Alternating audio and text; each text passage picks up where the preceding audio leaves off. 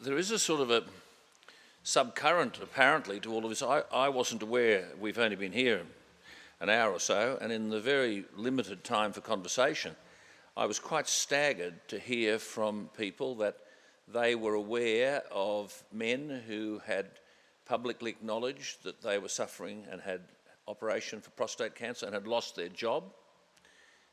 Once some employers had found out that a young person had suffered from prostate cancer and immediately his employment was terminated. I was never aware that there was this kind of attitude towards sufferers in the community. So what we're doing tonight is, I guess, very important in trying to demystify all of this, and the DVD seeks to do that. I don't know what more Treasurer Swan can say beyond what he said up there, which was quite outstanding, but we thank you for coming and we invite you to now speak, Mr. Wayne Swan. Thank you very much, Alan. It's great to be here with you. It's good to see you back on the bench, so to speak, and in such rude health. And of course, the vocal cords are unaffected. It's a terrific honour to be associated with this DVD, produced as it is by some of the first-class Australian scientists we have, doctors and so on, and so many people who I see around this room who have been leading the charge for many years to raise awareness, to raise money for research, to make sure that we do our best in this community, not only in the fight against cancer, but more particularly in the fight against prostate cancer. Could I particularly acknowledge Phil Stricker, a terrific bloke. The amount of hours that he puts in on a voluntary basis is something that we should acknowledge tonight.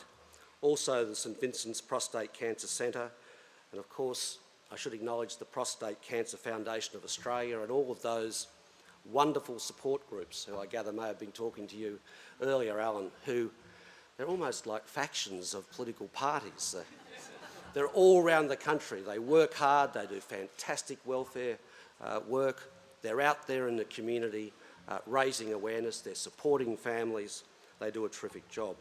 And of course to Steve Rubik of the St Vincent's Centre in Sydney as well, Paul Ramsey who's here, and Professor Dexter Dunphy.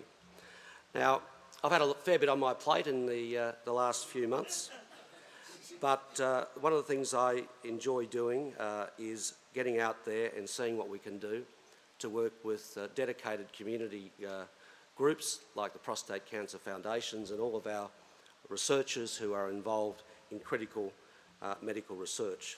No matter how busy we are, no matter how tight the finances can be, we should always find time to talk about these important issues and to make sure that we can do the best for the people we love and won.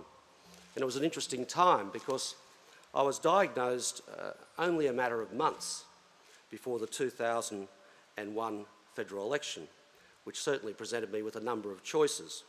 I'll talk about that a little later on. But my prostate cancer story really began many years before that with my late father, Maurice Swan.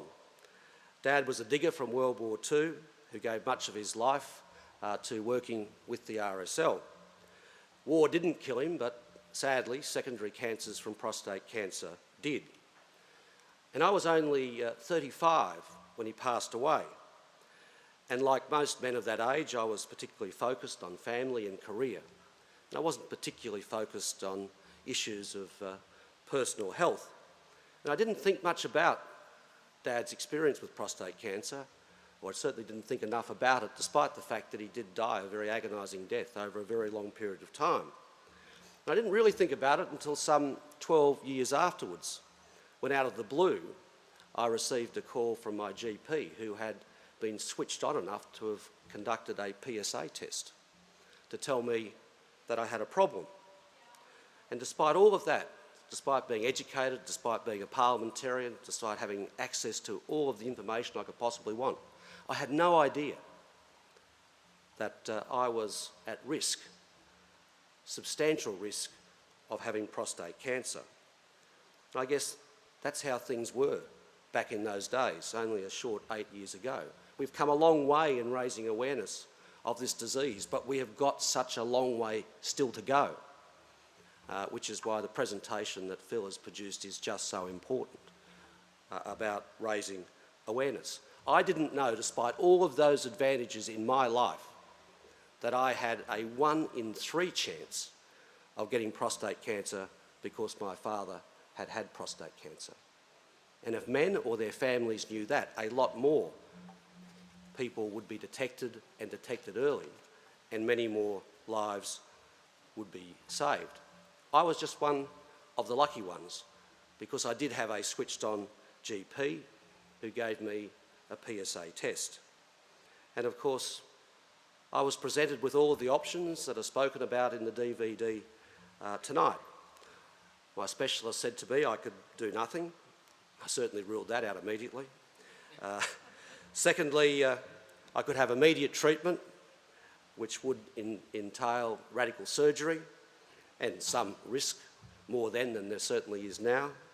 Or I could simply wait for a while, and certainly by waiting I would have got the 2001 federal election out of the way. Now, I thought I was in a reasonably important position at the time. Maybe I wasn't. I was a Shadow Minister for Family and Community Services. But from my point of view, in the end, and I'll never regret this decision, I decided that my personal health should come first, the health of my family should come first, and I opted to have the immediate surgery despite the imminent federal election. I managed to break through that trap that so many men and women fall into when it comes to their personal health, of thinking that they are indispensable and that they have to keep going on, or they can ignore it, or they can put it off. And I opted for immediate surgery, which saw me hobbling around Australia for the 5 weeks of the federal election campaign in 2001. But I've never regretted that choice, and I've had a complete recovery. Early detection by a switched-on GP saved my life, and of course, the skill of my surgeon saved the quality of my life. And that's important too, because so many men are fearful of what detection may bring, very fearful of what it means for their sex life. And one of the big tasks that we have is to communicate to men that the treatments these days are very much compatible with good quality, with a good quality of life.